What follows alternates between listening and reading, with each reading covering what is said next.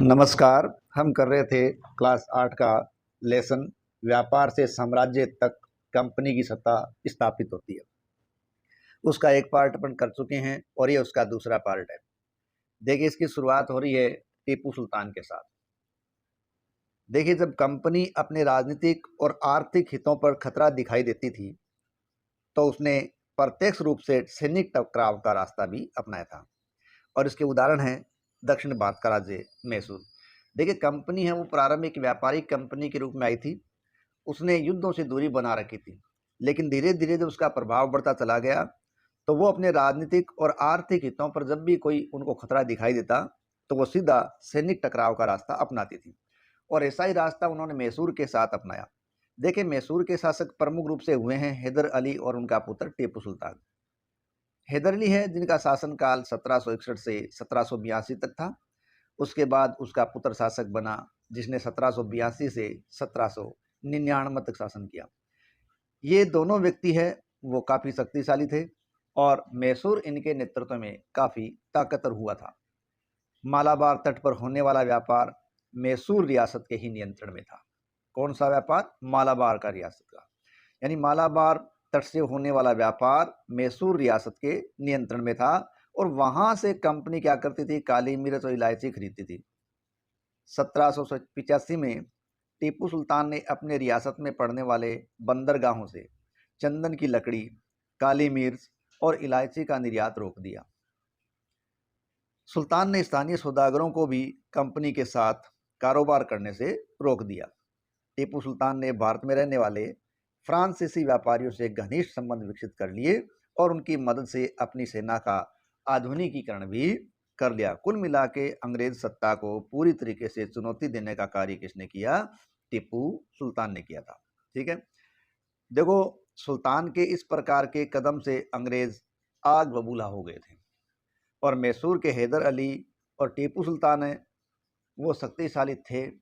अंग्रेज उनको बहुत ही महत्वाकांक्षी, घमंडी और खतरनाक रूप में देखते थे और हैदर अली टीपू सुल्तान है वो अंग्रेजों को क्या करते थे? खतरनाक देखते थे।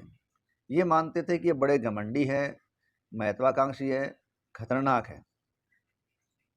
तो इस प्रकार इनके बीच संघर्ष अवश्यंभावी था, जरूरी था। अंग्रेजों को लगता था कि ऐसे राजाओं को नियंत्रित करना और कुचलना बहुत जरूरी है।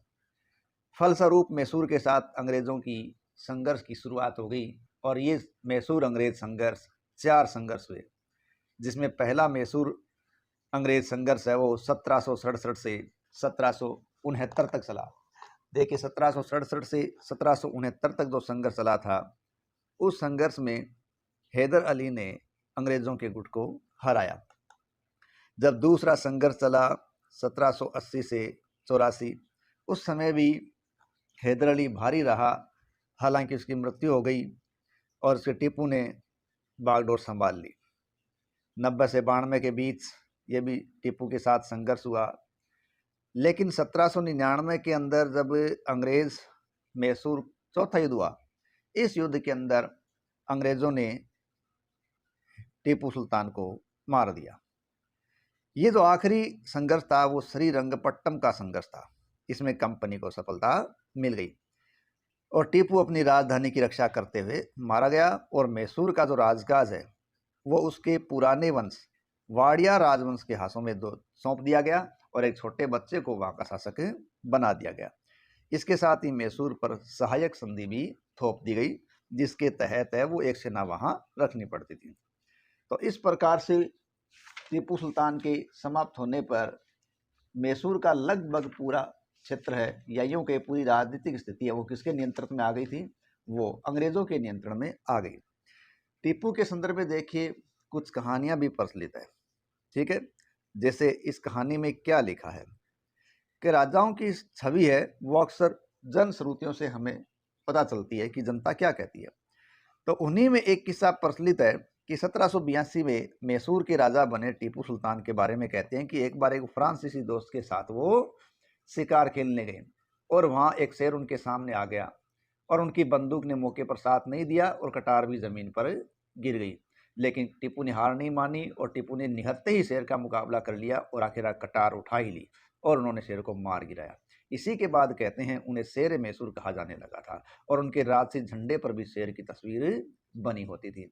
इस प्रकार टीपू है उसको एक बड़ा ही शक्तिशाली दिखाया गया। अब ये चित्र देखिए, ये टीपू का एक खिलौना है। इसमें दिख रहा है कि इस विशालकाय मशीनी खिलौने की तस्वीर है जो टीपू का था।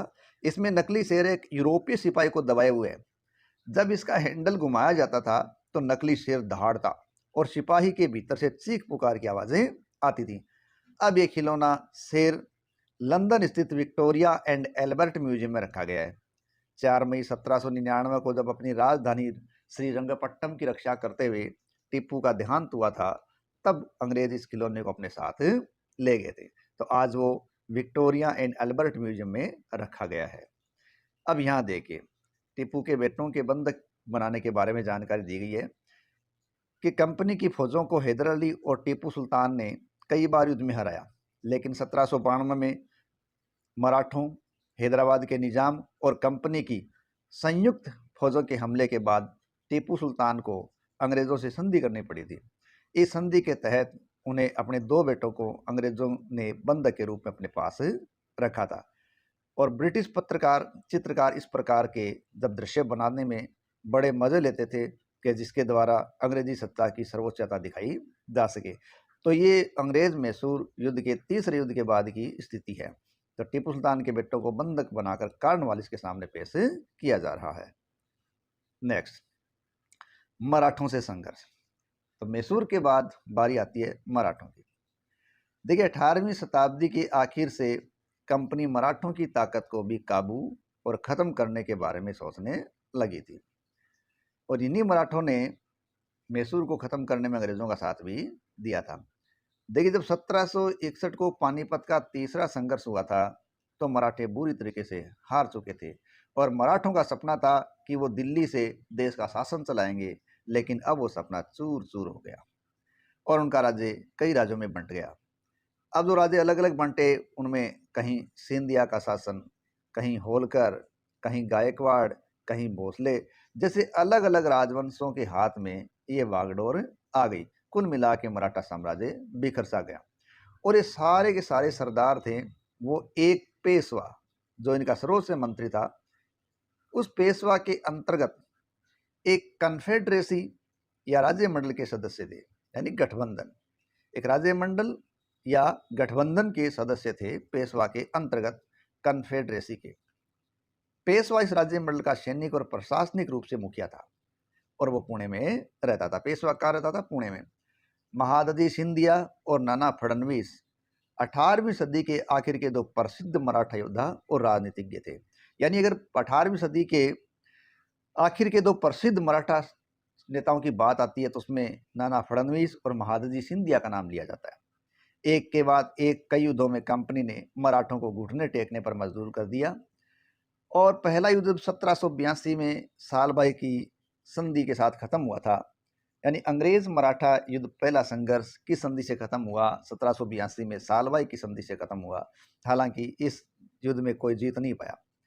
दूसरा अंग्रेज मराठा युद्ध 1803 से 5 के मध्य हुआ, जो अलग अलग मोर्चों पर लड़ा गया था और अलग अलग मोर्चों पर लड़ा गया यह युद्ध है वो अंग्रेजों के पक्ष में रहा और इसका परिणाम क्या हुआ कि उड़ीसा और यमुना के उत्तर में स्थित आगरा, ठीक है, और दिल्ली सहित कई भाग थे, अब वो अंग्रेजों के कब्जे में आ गए थे। किसके कब्जे में आ गए? अंग्रेजों के कब्जे में। और अंततः क्या हुआ? 1817 से 1819 के मध्य जब अंग्रेज मराठा तीसरा युद्ध हुआ तो मराठों की ताकत को अंग्रेजों ने पूरी तरीके से कुचल दिया और पेशवा को भी पुणे से हटा दिया और कानपुर के पास बिठूर भेज दिया गया और उसे पेंशन दे दी गई। इस प्रकार मराठों को समाप्त किया गया। अब विंध्य के दक्षिण में स्थित पूरे भूभाग पर कंपनी का अधिकार हो चुका था क्योंकि यहाँ से टीपू सुल्तान और मराठे समाप्त हो चुके थे। अगला बिंदु है सर्वोच्चता का दावा, यानी किस प्रकार कंपनी ने अपनी सर्वोच्च स्थिति का दावा किया।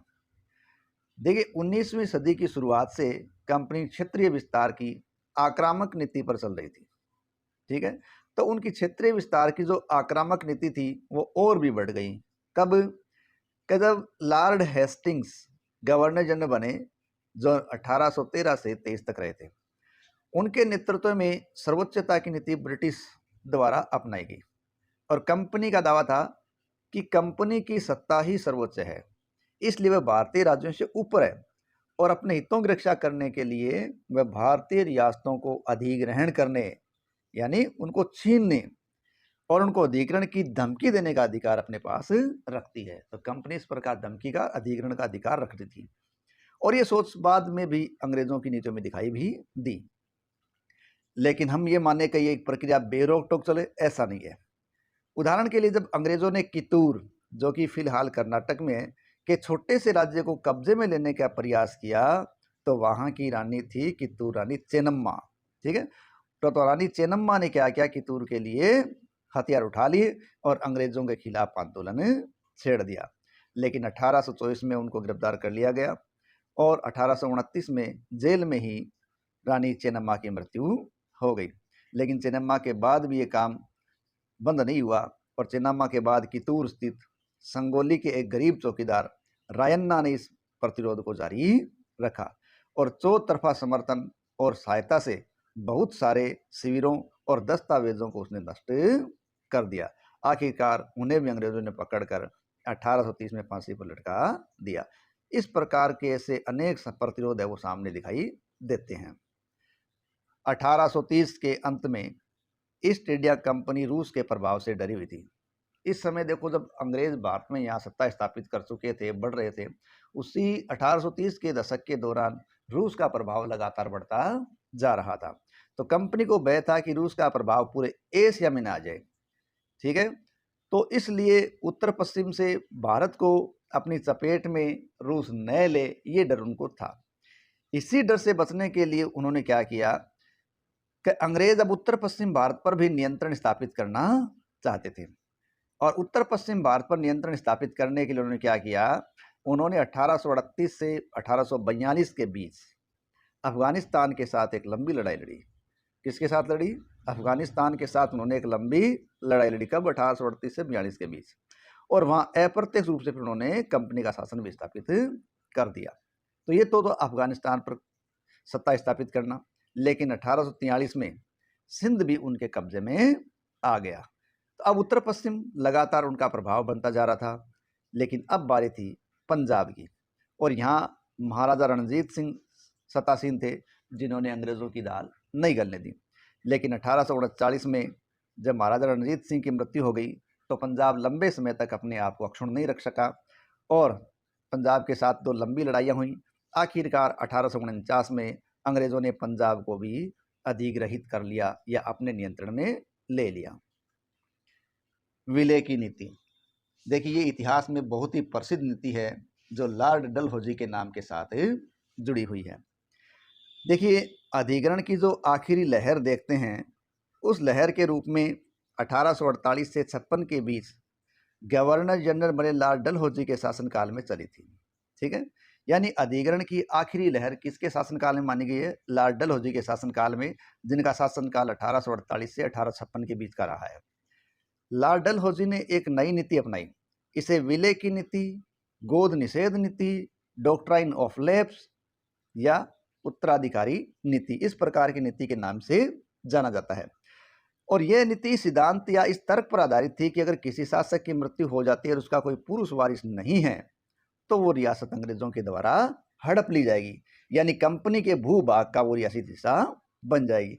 और इस विलय नीति या हड़प नीति के बाद, गोद निषेध नीति के बाद, एक के बाद एक कई रियासतें अंग्रेजों के कब्जे में आ गई और अंग्रेजों के कब्जे में विलय नीति के द्वारा आने वाली पहली रियासत थी सतारा महाराष्ट्र, जो 1848 में अंग्रेजों के कब्जे में आ गई। उसके बाद 1850 में संबलपुर, उसके बाद उदयपुर 1852 में और नागपुर 1853 में और झांसी 1854 में, ये भी अंग्रेजों के कब्जे में आ गई। आखिरकार 1856 में कंपनी ने अवध को भी अपने नियंत्रण में ले लिया, लेकिन अवध को नियंत्रण में लेने का तरीका अलग था। इस बार अंग्रेजों ने जो नया तर्क दिया वो क्या था कि अवध की जनता को नवाब के कुशासन से आजाद कराना है।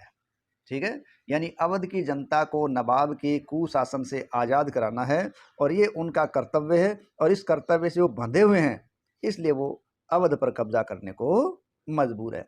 अपने प्रिय नवाब को जिस तरह से गद्दी से हटाया गया, उसे देखकर लोगों में गुस्सा भड़क उठा था और अवध के लोग भी 1857 के महान विद्रोह में शामिल हो गए थे। ठीक है।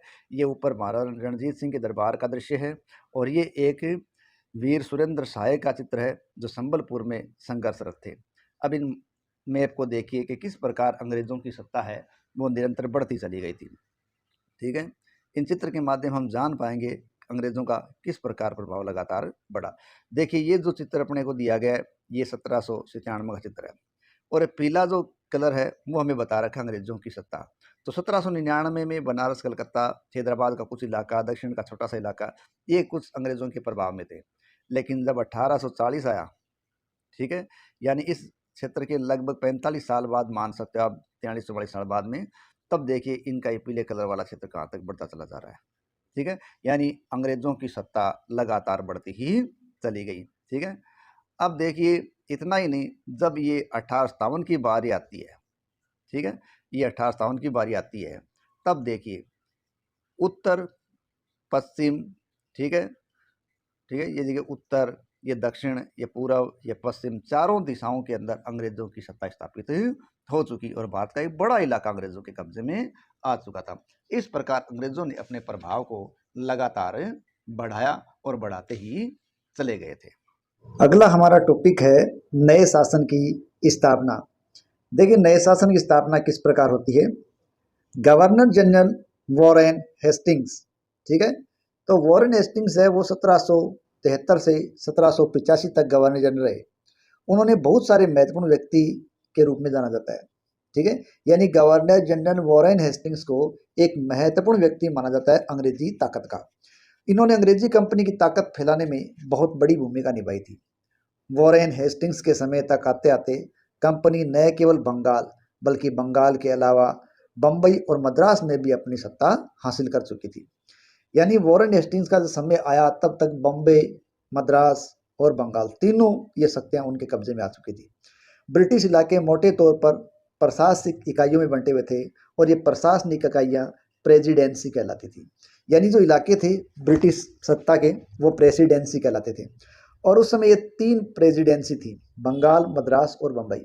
और हर एक का शासन है वो गवर्नर के पास होता था, यानी प्रत्येक सत्ता का एक गवर्नर था, यानी प्रत्येक प्रेसिडेंसी का एक गवर्नर था और सबसे ऊपर गवर्नर जनरल होता था। तो वॉरेन हेस्टिंग्स ने देखिए कई प्रशासनिक सुधार किए और न्याय के क्षेत्र में उसके सुधार है वो खास तौर से विशेष थे। 1772 से एक नई न्याय व्यवस्था उन्होंने चलाई थी। इस व्यवस्था में प्रावधान किया गया कि हर जिले में 2 अदालतें होंगी, एक तो फौजदारी अदालत होगी और एक दीवानी अदालत होगी। यानी 1772 से प्रत्येक क्षेत्र के अंदर 2 अदालतें चलाई, फौजदारी और दीवानी। दीवानी जो कि लेन देन से संबंधित होती थी, उसमें दीवानी अदालतों के मुखिया यूरोपीय जिला कलेक्टर ही होते थे और मौलवी और हिंदू पंडित उनके लिए भारतीय कानूनों की व्याख्या किया करते थे। और फौजदारी अदालतें भी थी जो कि काजी और मुफ्ती के अंतर्गत थी। यानी जो फौजदारी तो मारपीट से संबंधित, झगड़ों से संबंधित होती थी, ये अदालतें काजी और मुफ्ती के अंतर्गत रहती थी, लेकिन वे भी कलेक्टर की निगरानी के अंतर्गत ही काम करते थे। देखिए काजी है वो एक न्यायाधीश था और मुफ्ती कौन था, मुस्लिम समुदाय का एक ऐसा न्यायविद्य जो कि कानूनों की व्याख्या करता है और इसी व्याख्या के अनुसार ही काजी को न्याय करना पड़ता था। तो इस प्रकार का कार्य किया जाता था। अब देखिए ये एक चित्र दिया गया है जिसमें महाभियोग के बारे में जिक्र किया गया है। देखो वॉरेन हेस्टिंग्स जो 1772 से 1785 तक जब बंगाल का गवर्नर रहा और 85 में जब वो इंग्लैंड लौटा तो एडमंड बर्क ने उस पर बंगाल का शासन सही ढंग से नहीं चलाने का आरोप लगाया और इसके कारण वॉरेन हेस्टिंग्स को क्या हुआ, ब्रिटिश संसद में महाभियोग का सामना करना पड़ा और वॉरेन हेस्टिंग्स पर यह महाभियोग 7 साल तक चलता रहा था। अब महाभियोग आखिर है क्या। देखिए जब इंग्लैंड के हाउस ऑफ कॉमन्स में किसी व्यक्ति के खिलाफ दुराचरण का आरोप लगाया जाता है तब हाउस ऑफ लॉर्ड्स यानी ऊपरी सदन में उस व्यक्ति के खिलाफ मुकदमा चलता है। ये मुकदमा महाभियोग कहलाता है। अब देखिए कानून की व्याख्या के बारे में बात की गई है तो उसमें एक बड़ी समस्या ये थी कि ब्राह्मण पंडित धर्मशास्त्र की अलग अलग शाखाओं के हिसाब से अलग अलग व्याख्या कर दिया करते थे। तो इस भिन्नता को खत्म करने और समरूपता लाने के लिए भी 1775 में 11 पंडितों को क्या किया, भारतीय कानूनों का एक संकलन तैयार करने का काम है दिया। कितने को? 11 पंडितों को। एन बी हॉल हेड ने इस संकलन का बाद में अंग्रेजी में अनुवाद कर दिया। तो 11 पंडितों से जो धर्मशास्त्र से उनके व्याख्या करवाई या कानून तैयार करवाए, जिनका अनुवाद किसने किया? एन बी हॉलैंड ने संकलन कर दिया। 1778 तक यूरोपीय न्यायाधीशों के लिए मुस्लिम कानूनों की भी एक संहिता तैयार हो गई। 1773 के रेगुलेटिंग एक्ट के द्वारा एक नए सर्वोच्च न्यायालय की स्थापना की गई और इसके अलावा कलकत्ता में एक अपीलीय न्यायालय स्थापित किया गया, जिसे सदर निजामत अदालत कहते थे। भारतीय जिले में कलेक्टर सबसे बड़ा ओहदा था। जैसा कि नाम से ही पता चलता है, कलेक्टर, उसके नाम का क्या मतलब होता है? कलेक्ट करना। इसका मुख्य काम लगान और कर इकट्ठा करना था तथा न्यायाधीशों, पुलिस अधिकारियों व दरोगा की सहायता से जिले में कानून व्यवस्था बनाए रखना इसका काम था। इसका कार्य कलेक्ट्रेट सत्ता और संरक्षण का नया केंद्र बन के उभरा था और ये काम आज भी चल रहा है। तो ये कलेक्ट्रेट का जो कार्य सत्ता और संरक्षण का नया केंद्र बन गया, जिससे पुराने सत्ता केंद्र हाशिए पर चले गए। अब देखो, जब महाभियोग लगाया गया किस पर? वारेन हेस्टिंग्स पर। तो लगाने वाले ने क्या कहा? देखिए, वारेन हेस्टिंग्स पर महाभियोग के बारे में किसने कहा था? उनको एडमंड बर्ग ने कहा था, बर्ग। तो उन्होंने क्या कहा? मैं हेस्टिंग्स के ऊपर भारत के लोगों की ओर से महाभियोग चला रहा हूँ, जिनके अधिकारों को इन्होंने पैरों तले रोन दिया, जिसके देश को इन्होंने रेगिस्तान बना दिया। अंत में मानव स्वभाव के नाम पर, स्त्री पुरुष के नाम पर, हर उम्र के नाम पर और ओहदे के नाम पर मैं सबके साझा शत्रु और सबके उत्पीड़क पर महाभियोग चला रहा हूं। कंपनी की फौज। देखिए, कंपनी के साथ भारत में शासन और सुधार के नए विचार आए। ठीक है, अब नए विचार तो आए, लेकिन असली सत्ता सैनिक ताकत में ही थी। मुगल फौज मुख्य रूप से घुड़सवार और पैदल सेना थी। यानी जब ब्रिटिश सत्ता स्थापित हुई, उस वक्त यहाँ मुगल सत्ता स्थापित थी, या यूं कहीं जब ब्रिटिश सत्ता यहाँ आई थी तो यहाँ मुगल सत्ता काबिज थी। लेकिन बाद में धीरे धीरे वो कमजोर होती चली गई और अंग्रेज हावी होते चले गए थे। तो उनके पास घुड़सवार और पैदल सेना मुख्य रूप से थी। उन्हें तीरंदाजी, तलवारबाजी आदि का प्रशिक्षण दिया जाता था। सेना में सब सवारों का दबदबा रहता था। यानी किसका दबदबा था सेना में? सवारों का। मुगल साम्राज्य के विशाल पेशेवर प्रशिक्षण सेना वाली पैदल सेना की जरूरत महसूस नहीं होती थी। ग्रामीण इलाकों में सशस्त्र किसानों की बड़ी संख्या थी। स्थानीय जमींदार मुगलों को जरूरत पड़ने पर पैदल सेना उपलब्ध करवा दिया करते थे, इसलिए मुगलों को इन पैदलों की ज्यादा आवश्यकता नहीं थी। 18वीं सदी में जब अवध और बनारस जैसी रियासतों में किसानों को भर्ती करके उन्हें पेशेवर सैनिक प्रशिक्षण दिया जाने लगा, यानी अवध और बनारस में किसानों को भर्ती कर लिया और उनको पेशेवर प्रशिक्षण दिया जाने लगा, जो कि सैन्य प्रशिक्षण था, तो यह सूरत अब बदलने लग गई। ईस्ट इंडिया कंपनी ने जब अपनी सेना में भर्ती के लिए शुरुआत की तो उसने यही तरीका अपनाया। अंग्रेज अपनी सेना को सिपोय आर्मी कहते थे। सिपाही से ही सिपोय बना है, यानी भारतीय सिर्फ सिपाही से क्या बना? सिपोय बना है। ठीक है, 1820 के दशक में जैसे जैसे युद्ध की तकनीक बदलने लगी, कंपनी की सेना में घुड़सवार टुकड़ों की जरूरत कम होती चली गई। यानी जैसे जैसे टेक्नोलॉजीज बढ़ी, तकनीकें बढ़ी, वैसे वैसे पैदल सेना की जरूरत कम होती चली गई। इसका कारण यह था कि ब्रिटिश साम्राज्य वो बर्मा, अफगानिस्तान, मिस्र, ठीक है, में भी लड़ाई लड़ रहा था। यानी ब्रिटिश साम्राज्य की लड़ाइयाँ बहुत जगह चल रही थी, बर्मा, अफगानिस्तान, मिस्र आदि जगह, जहाँ सिपाही मास्केट और मैचलॉक से लेस होते थे। ये बंदूकों के नाम है। किसके नाम है? बंदूकों के। मस्केट जो तोड़दार बंदूक भी कहलाती है, और मैचलॉक, इनसे लेस होते थे। कंपनी की सेना के सिपाहियों का बदलती सैनिक आवश्यकताओं का ध्यान रखना पड़ता था। यानी कंपनी हर समय ध्यान रखती थी उनकी बदलती आवश्यकताएं क्या है, और अब उनकी पैदल टुकड़ी ज्यादा महत्वपूर्ण होती जा रही थी। ठीक है, देखो, मस्केट एक तोड़दार बंदूक है और मैचलॉक क्या है? शुरुआती दौर की बंदूक जिसमें बारूद को माचिस से चिंगारी दी जाती थी। ये एक चित्र दिया गया है, कंपनी के लिए काम करने वाली बंगाल का सवार है। ठीक है, दूसरा देखो, 19वीं सदी के शुरुआत में अंग्रेज एक समरूप सैनिक संस्कृति विकसित करने में लग गए। सिपाहियों को यूरोपीय ढंग का प्रशिक्षण दिया जाने लगा, अभ्यास किया जाने लगा। ठीक है, इस प्रकार का प्रश्न यूरोपीय ढंग का प्रशिक्षण था। ठीक है, और अभ्यास अनुशासन सिखाया जाने लगा। उनका जीवन पहले से ज़्यादा नियंत्रित कर दिया गया था। किनका? जो सैनिक प्रवृत्ति रखते थे उनका।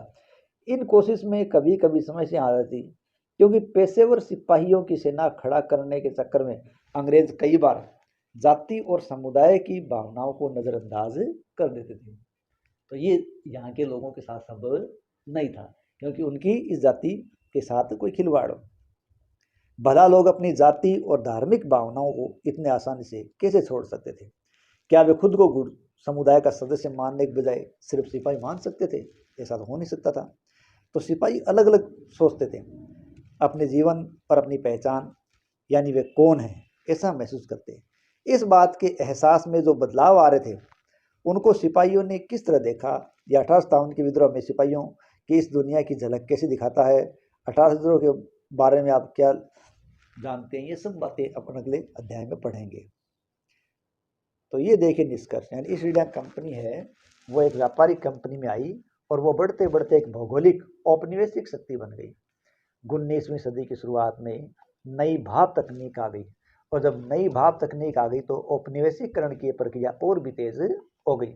जब तक समुद्र मार्ग से भारत पहुंचने में 6 से 8 महीने का समय लग जाता था, भाप से चलने वाले जहाजों ने यात्रा 3 हफ्तों में ही समेट दी। इसके बाद तो ज़्यादा से ज़्यादा अंग्रेज और पेशेवर भारत जैसे देश में आने लगे थे। 1857 की क्रांति हुई तब, या 1857 तक भारतीय उपमहाद्वीप के 63% भूभाग पर, कितने परसेंट भूभाग की बात कर रही है? 63% भूभाग पर और 78% भू आबादी पर कंपनी का नियंत्रण हो गया। यानी जब 1857 की क्रांति हुई तब उस समय 63% भारत के भूमि पर और 78% भारत की आबादी पर कंपनी का सीधा शासन था। देश के शेष भूभाग पर आबादी पर कंपनी का अप्रत्यक्ष प्रभाव था, कहीं सीधा था तो कहीं अप्रत्यक्ष प्रभाव था। व्यवहारिक स्तर पर ईस्ट इंडिया कंपनी पूरे भारत को अपने नियंत्रण में ले चुकी थी। तो ये था आज का अध्याय, जिसमें हमने पढ़ा कि किस प्रकार व्यापार करने के लिए ये कंपनी ने यहाँ की परिस्थितियों का फायदा उठाया और अपने आप को पूरी तरह से यहाँ की सत्ता का असरताज बना दिया। जय हिंद, जय भारत।